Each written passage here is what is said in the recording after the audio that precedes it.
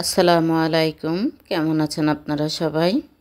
আশা করি যে যেখান থেকে আমার ভিডিওটি দেখছেন আল্লাহর রহমতে সবাই ভালো আছেন, সুস্থ আছেন। আলহামদুলিল্লাহ, আমরাও ভালো আছি। আজকে আমি আপনাদের মাঝে কিভাবে অল্প সময়ে রসুন পরিষ্কার করতে হয় এটাই শেয়ার করব। তো দেখেন, আমি কিন্তু বটি দিয়ে মাথাটা কেটে নিয়েছি। তো বটি দিয়ে অনেক ঝামেলা মনে হলো, তো এখন আমি পুঁতা দিয়ে একটি করে বাড়ি দেব আর রসুনগুলো ছাড়িয়ে নেবে। দেখেন, খুব সুন্দর অল্প সময়ের ভিতরে রসুনগুলো আমি কিন্তু কোষ থেকে খুলে নিচ্ছি। পুঁতা দিয়ে করলে খুব বেশি একটা দেরি হবে না, অনেকটাই তাড়াতাড়ি আমরা অল্প সময়ের ভিতরে অনেকগুলো রসুন এভাবে কোষ থেকে খুলে নিতে পারবো। তো দেখেন, এই তো আমার রসুনগুলো কিন্তু কোষ থেকে খুলে নেওয়া হয়ে গিয়েছে। এখন আমি রসুনগুলো একটা ঝাড়া দিয়ে উপরে যে আগলা খোসাটা ছিল ওগুলো ফেলে দেব। তো প্লিজ সবাইকে বলবো ভিডিওতে একটি লাইক দিয়ে ভিডিওটি দেখা শুরু করবেন। কমেন্ট আসে অনেক, লাইকের সংখ্যা খুবই কম। প্লিজ সকল আপুরা ভাইয়ারা একটি লাইক দিয়ে দিবেন মনে করে। তো এই তো দেখেন, আমি কিন্তু উপরের আগলা খোসাটা ঝেড়ে নিয়েছি।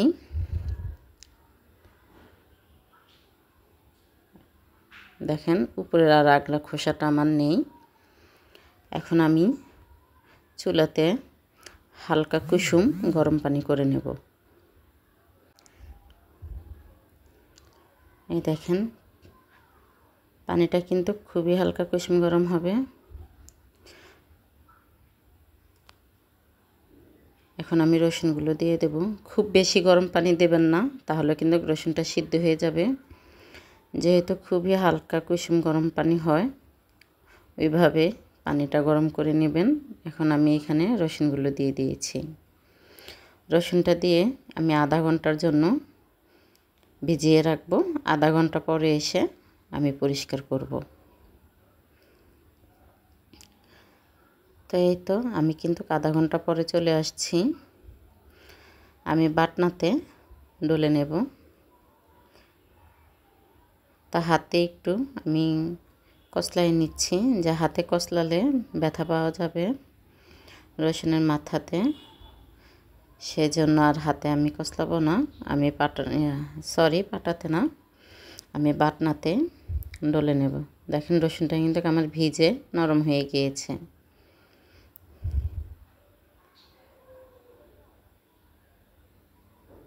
তো এই তো এখন আমি বাটনাতে ডলে নিচ্ছি। আমার মনে হয়েছিল রসুনটা যদি আরও 1 ঘন্টা ভিজিয়ে রাখতাম তাহলে খুবই ভালো হতো।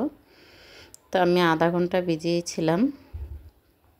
আপনারা 1 ঘন্টা ভিজিয়ে রাখবেন, তাহলে কষ্টটা আরও কম হবে। খুব বেশি একটা কষ্ট হয় না। তা আমারও কিন্তু খুব বেশি একটি ঝামেলা হয়নি। খুবই অল্প সময়ের ভিতরে আমি রসুনগুলো পরিষ্কার করে নিয়েছি। এখন আমি ভালো করে ডলে নেব। দেখেন, অনেকগুলো খোসা কিন্তু রসুন থেকে বের হয়ে গিয়েছে।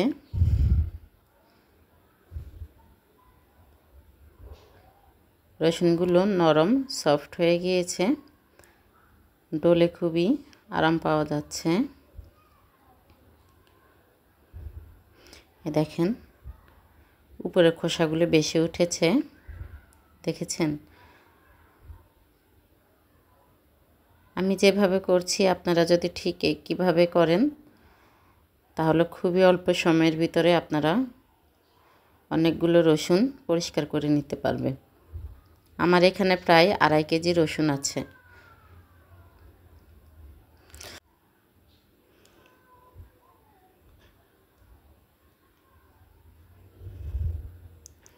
এটা দেখেন, উপর থেকে একটি খোসা ছাড়িয়ে একটু ডলা দিয়েছিলাম। এই যে রসুন যখন আরও বেশি ভিজে গিয়েছে তখন দেখেন একদম খোসাগুলো ডলা দেওয়ার সাথে সাথে উঠে গিয়েছে।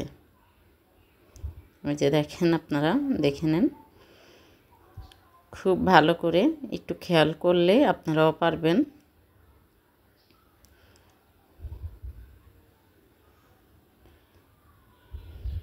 এই তো দেখেন রসুনের খোসাগুলো কিভাবে আলাদা হয়ে গিয়েছে।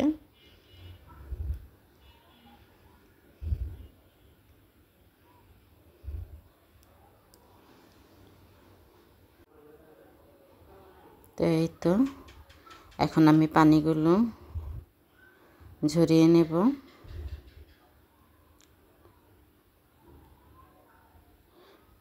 তো আমি আবার এখানে এই নিচে একটি বল দিয়েছি, উপরে একটি ছাঁকনি দিয়েছি, রসুন দিয়ে দিয়েছি। উপরের খোসাগুলো বেশি উঠছে, আমি কিন্তু হাত দিয়ে উঠিয়ে নিচ্ছি।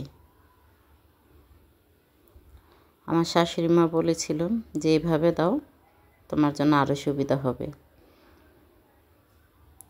তো এই তো দেখেন আমার রসুনগুলো কিন্তু ওগুলো আমি পরিষ্কার করে নিয়েছি। তো যাদের বাসায় বাটনা নেই তারা কিন্তু পাটাতে ডলে পরিষ্কার করে নিতে পারেন। তো এখানে অনেকগুলো রসুন নিয়েছিলাম, তাই আমি আবার একটু কমিয়ে নিয়েছি। এখন খুব ভালো করে ডলে নেব। পাটা তো খুব সুন্দর করে কিন্তু পরিষ্কার করা যায়।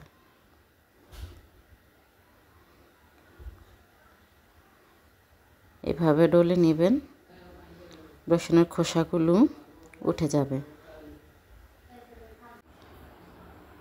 আমার কিন্তু ডলা শেষ হয়ে গিয়েছে। এখন আমি রসুনটা ধুয়ে আপনাদেরকে দেখাচ্ছি। এই দেখেন অনেক সুন্দর পরিষ্কার হয়ে গিয়েছে। এখন আমি বেশি করে পানি দিয়ে রসুনগুলো ধুয়ে উঠিয়ে নেব। 2-3 বার ধোয়া দিলে জাস্ট রসুনগুলো পরিষ্কার হয়ে যাবে।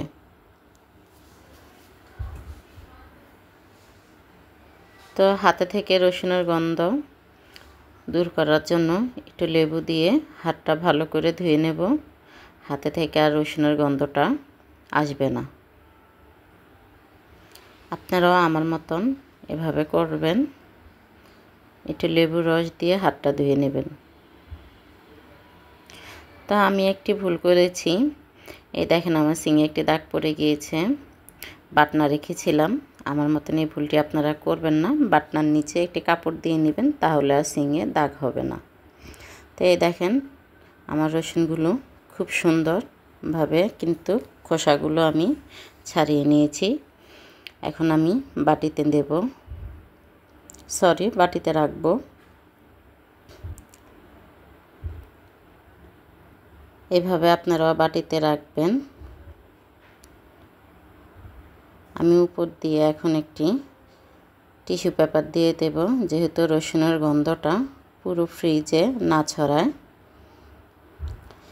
এভাবে যদি রসুন রাখেন সংরক্ষণ করে, রসুন থেকে একটু গেরানো যাবে না, গ্রান নষ্ট হবে না। আপনি 1 বছর সংরক্ষণ করে খেতে পারবেন। আমি এইভাবে রেখে দেব। অল্প অল্প করে বের করে আমি কিন্তু ব্লেন্ডার করে নেব। তো আমার ঘরে আর বাটি ছিল না, তো আমি এখন পলিতে রাখবো। একইভাবে পলিতে রাখলে জায়গাটা খুবই কম লাগে, আর বাটিতে রাখলে জায়গাটা একটু বেশি লাগে। আপনারা কিন্তু এভাবেই রাখতে পারেন আমার মতন করে।